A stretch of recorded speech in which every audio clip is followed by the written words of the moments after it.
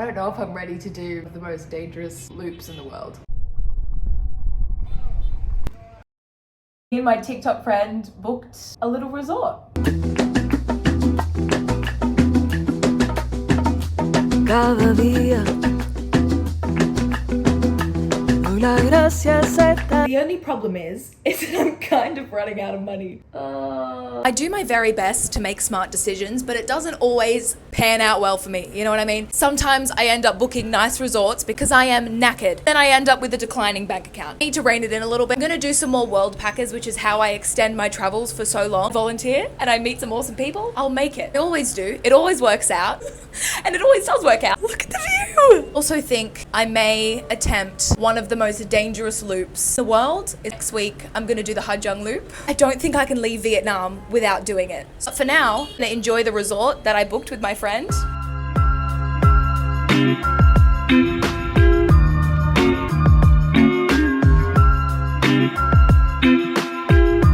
It's so pushy.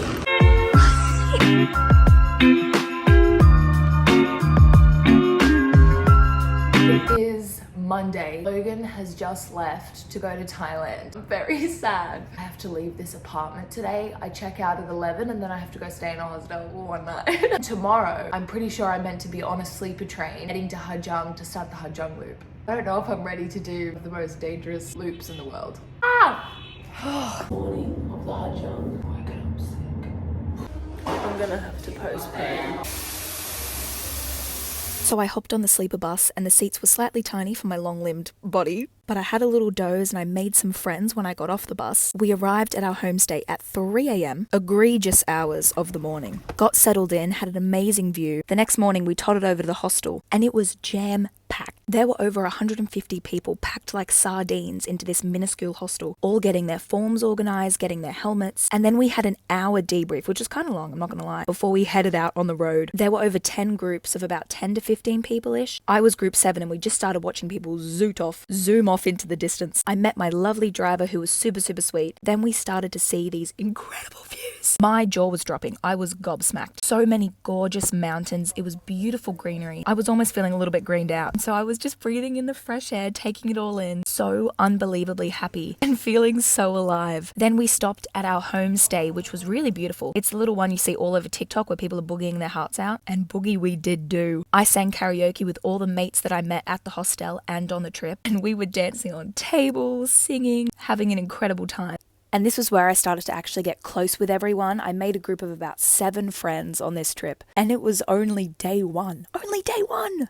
Now day 2 was kind of full on. We did a lot of stuff. We were running around the shop like squirrels. In the first 15 minutes, we had the most insane views because the roads were running through the mountains and it was just so gorgeous to see. We stopped and we met some locals who were selling flowers, making flower crowns, and then we were back on the road. Again, lapping up the beautiful views. So much of this trip is just you looking out into the distance. Even if you wanted to go on your phone, it's impossible. You've got to be present. You've got to be a sponge on this trip because every single thing you drive by is worth seeing. And then we stopped at a little historical site and we explored. We totted through this old little house. Honestly, I'm not sure what it was because there weren't a lot of signs explaining what was going on, but there were old bedrooms. We walked up some stairs, had a nice little rest stop. I was still feeling sick at this point. I had to have a little ginger tea. And then again, back on the bikes. I want to catch you up, but it's been so chaotic. Riding a motorcycle. On the bikes, off the bikes, on the bikes, off the bikes. It was a lot. This was a pretty jam-packed day. And then we actually got to see the Chinese border. And I've been to China before, but darn it, this was like a full circle moment. I was like, oh my God, I'm kind of seeing China again, which was pretty wild. And then we went to a place where there was a skywalk. You had the option to walk up this steep hill, a huge incline, to go and see a beautiful view. Where we were, we could already see like a nice view. So I made the decision to save my legs and my back, which were already in excruciating pain. And what was nice about this trip is that we would stop and a lot of the groups would stop with us. So they would either arrive before or after us. And so we'd get to catch up and still see people from the other groups that we had met before we started the loop at the hostel, which was so awesome because I met so many awesome people that weren't in the exact same group as me. So that was really nice. 15 minutes later, we had arrived at our homestay and holy moly, this one was beautiful. It was smack bang in the middle of the mountains, and it was so big, which meant that every single group got to stay at the same place. The rooms were really nice. We sat outside, we could see the sunset over all the beautiful mountains, and then we went to karaoke. We karaoke'd our hearts out. We partied at the hostel first, of course, but then we decided to go out afterwards. It was only 200k to book a room, and the singing was so bad, and we stayed out so late, but we had such a bloody good time. And then my mate broke the brake on his bike, but that was a problem for day 3, wasn't it?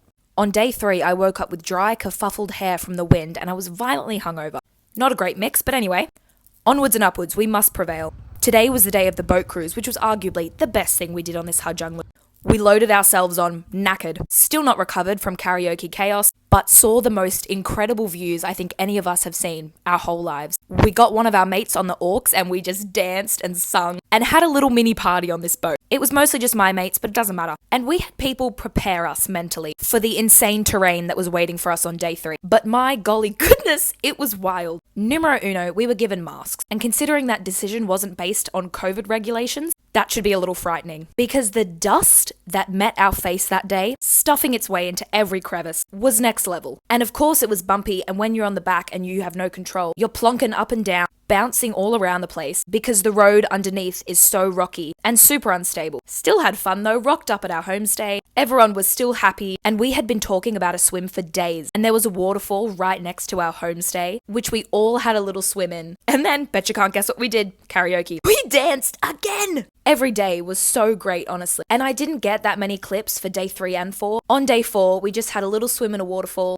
saw some more gorgeous views. We also got to see hemp being made, which was a really interesting experience. And they had a little shop there, and it was in the middle of nowhere. Quiet, derelict town, but I'm pretty sure most of us purchased something. What's so wonderful about this loop is not how insanely dangerous it is, okay? Because it is a little dangerous. But the popularity of the Hajjung loop has actually helped a lot of small businesses throughout Vietnam who are quite rural and struggle financially. So the tourism really helps those people, and it's really wonderful. On top of that, the people that you meet on this loop are unforgettable. I made a group of 7 friends, and we connected and had so much fun on this trip. And we did even more afterwards, so let me catch you up. I've had so much going on. I have just had the best week and a half of my life, but it's been so full on. As you saw, I did the Hajjung loop. I loved it. My back went through the 5 stages of grief. It was not having a good time. Neither was my butt. It does hurt. What is my hair doing? The loop itself is like the best thing I've ever done. I did 4 days, 450 kilometers. I'm so happy that I did it, and I met the best group of people. Then we decided to keep traveling together. So then we went to Along Bay and then Cat Bar, and we did a cruise. This cruise was quite pricey. It was 1 day, 1 night. There were multiple jacuzzis. I almost just passed the hell out. It was beautiful. We partied, we enjoyed our time together, we went to the beach. So I got back yesterday, spent another night in Cat Bar because I needed to recuperate. Been on buses, bikes, moving around chaotically. And then I think flying home to surprise my parents. After I fly home, I have no idea what I'm doing. No idea what I'm doing with my life or where I'm going next. And that's the fucking beauty of travel, isn't it?